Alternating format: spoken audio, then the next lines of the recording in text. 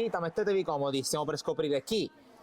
porterà a casa il titolo nazionale per i dottori commercialisti e gli esperti contabili per il 2025. I giocatori più importanti in casa bergamasca, qui intanto piazzato sopra la traversa.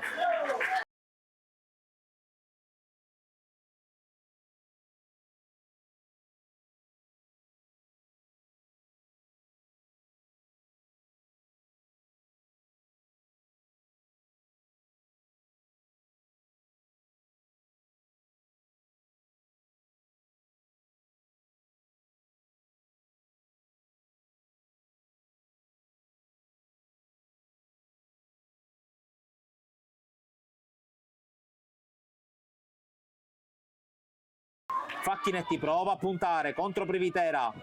allo scarico per Ballatore che calibra il cross a terra. Marchesi poi, Mazzucotelli ci ha provato, pallone lanciato in avanti, Marini affrontato da Sergi, sono in due su di lui, Marini può andare, calcia verso la porta, c'è deviazione con la palla che scheggia la traversa e va sul fondo. La battuta verso l'area di rigore, Cassinelli non è riuscito a piazzarla nello specchio, palla fuori. Di Paola, Privitera, prova a mettere giù, poi mette in mezzo dalle parti di Russo che controlla, Russo, poi conclusione, Volante, palla che si perde fuori, ci ha provato Toscano. La palla gestita da Zuccarello, indietro a Patania che guarda anche la porta, la cerca, la trova, la respinta per palla che rimane lì e salvataggio sulla linea di Belometti che nega il 2-0 al Catania. Cato da Tacchini che vuole portarla su, non vuole fermarsi, sa di avere poco tempo, allora la butta lunga, Crotti, scavalcato dal pallone, Crotti invece arriva e non trova la porta al secondo minuto di recupero, sfiora il pareggio Crotti. Degli esperti contabili, pallone nell'area di rigore di Catania, Marchesi controlla dopo la respinta, vince il rimpallo, pallone che rimane lì,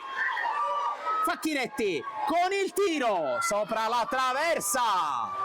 Conca svirgola, Pedrali anche, la palla arriva a Marchesi che viene anticipato, poi servizio a destra, prova ad arrivare Facchinetti che non arriva e allora l'arbitro dice che basta così, Catania è sul tetto d'Italia per il campionato nazionale dei dottori commercialisti e degli esperti contabili, scucito dal petto di Bergamo, lo scudetto che vola alle pendici dell'Etna. La consegna della Coppa nelle mani di Catania in un tripudio di fumogeni rosso e azzurri per quella che è la nuova campionessa d'Italia nella categoria dei dottori commercialisti e degli esperti contabili.